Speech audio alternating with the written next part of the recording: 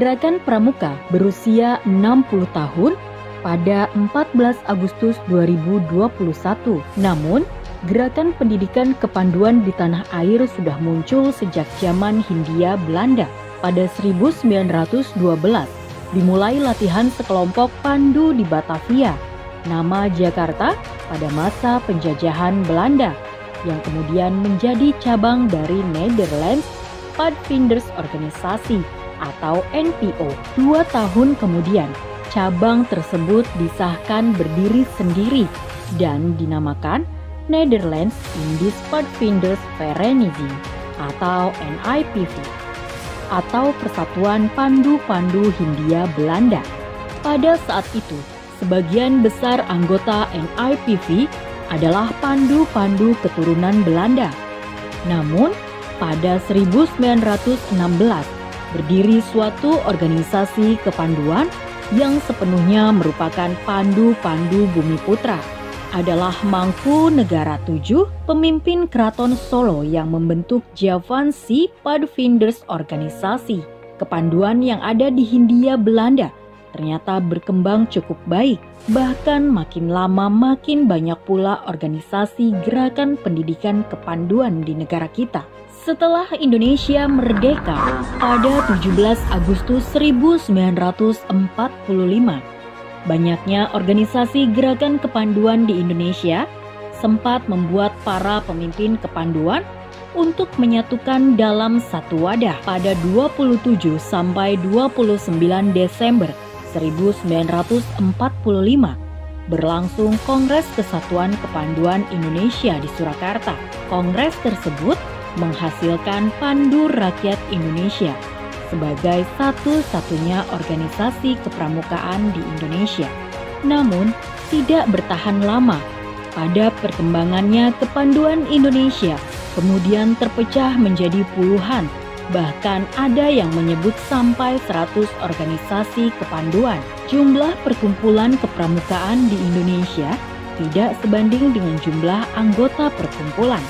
Untuk mencegah hal itu, Presiden Soekarno bersama Sri Sultan Hamengkubuwono IX yang saat itu merupakan Pandu Agung menggagas peleburan berbagai organisasi kepanduan dalam satu wadah.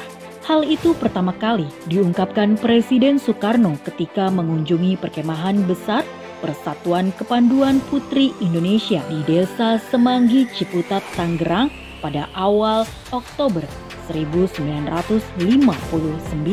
Presiden kemudian juga mengumpulkan tokoh dan pemimpin gerakan kepanduan di Indonesia.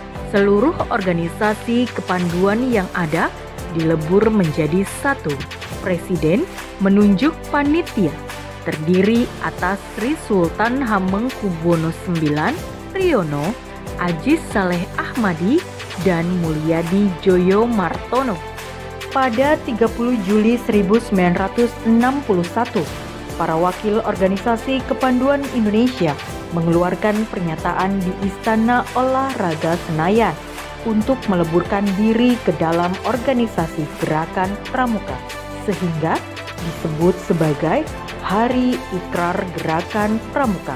Pada 9 Maret 1961, diresmikan nama Pramuka dan menjadi Hari Tunas Gerakan Pramuka. Pada 20 Mei 1961 diterbitkan keputusan Presiden nomor 238 tahun 1961 tentang Gerakan Pramuka, dan momen tersebut dikenal sebagai Hari Permulaan Tahun Kerja. Setelah itu, pada 14 Agustus 1961, Gerakan Pramuka diperkenalkan secara resmi kepada masyarakat luas dalam suatu upacara di halaman Istana Negara, ditandai dengan penyerahan panji Gerakan Pramuka dari Presiden Soekarno kepada Sri Sultan Hamengkubuwono IX yang juga menjadi ketua pertama Kuartir Nasional Gerakan Pramuka.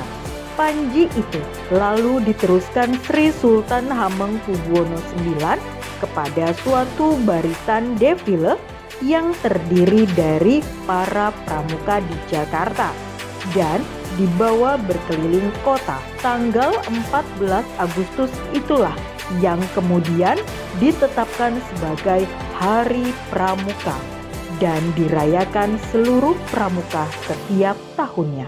Dalam perkembangannya, gerakan pramuka telah mengalami pasang surut berkali-kali. Walaupun banyak kendala dan tantangan, tetapi jiwa pramuka yang pantang menyerah membuat organisasi ini terus berkembang. Berbagai aktivitas dilakukan mulai dari Jambore Nasional 1 di Cibubur pada 1973 dan terus berlangsung secara rutin. Selain di Cibubur, Jakarta Timur, Jambore Nasional pernah pula diselenggarakan di Sibolangit, Sumatera Utara, Batu Raden, Jawa Tengah, Jatinangor, Jawa Barat, dan Teluk Gelam, Sumatera Selatan.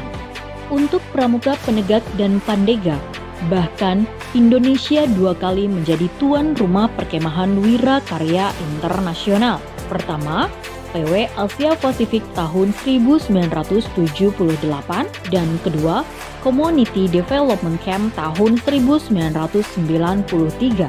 Keduanya dilaksanakan di Lebak Harjo, Malang. Sementara, kegiatan Raimuna juga secara rutin diadakan di berbagai daerah. Perkembangan gerakan pramuka semakin pesat lagi setelah dipimpin Kak Sri Sultan Hamengkubuwono IX. Maka Ketua Kuartir Nasional berturut-turut dipimpin oleh Kak Sarbini, Kak Masyudi, Kak Himawan Sutanto, Kak Rifai Harahap, Kak Azrul Azwar, Kak Adiaksa Daud, dan sekarang dipimpin oleh Kak Budi Waseso.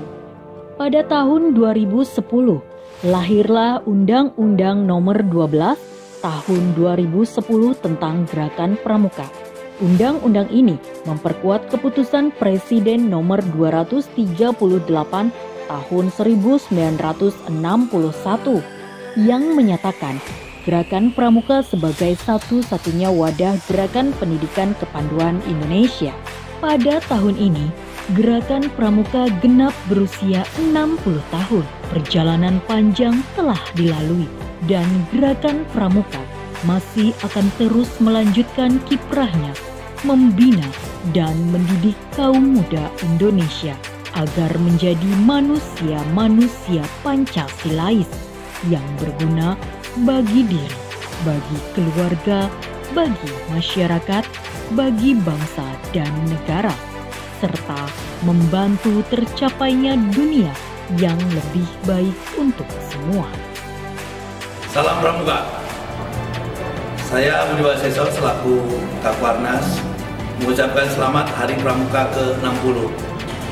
Semoga ke depan Pramuka terus jaya, maju terus, dan sesuai dengan harapan kita semua bahwa pengabdian tiada henti. Salam Pramuka. Tema Hari Pramuka dan peringatan 60 tahun Gerakan Pramuka adalah Pramuka berbakti tanpa henti dalam memasuki adaptasi kebiasaan baru dengan kedisiplinan dan kepedulian nasional. Sementara slogan yang merupakan inti tema tersebut adalah Pramuka berbakti tanpa henti. Diiringi dengan doa kepada Tuhan Yang Maha Esa, mari kita terus berbakti tanpa henti. Salam Pramuka.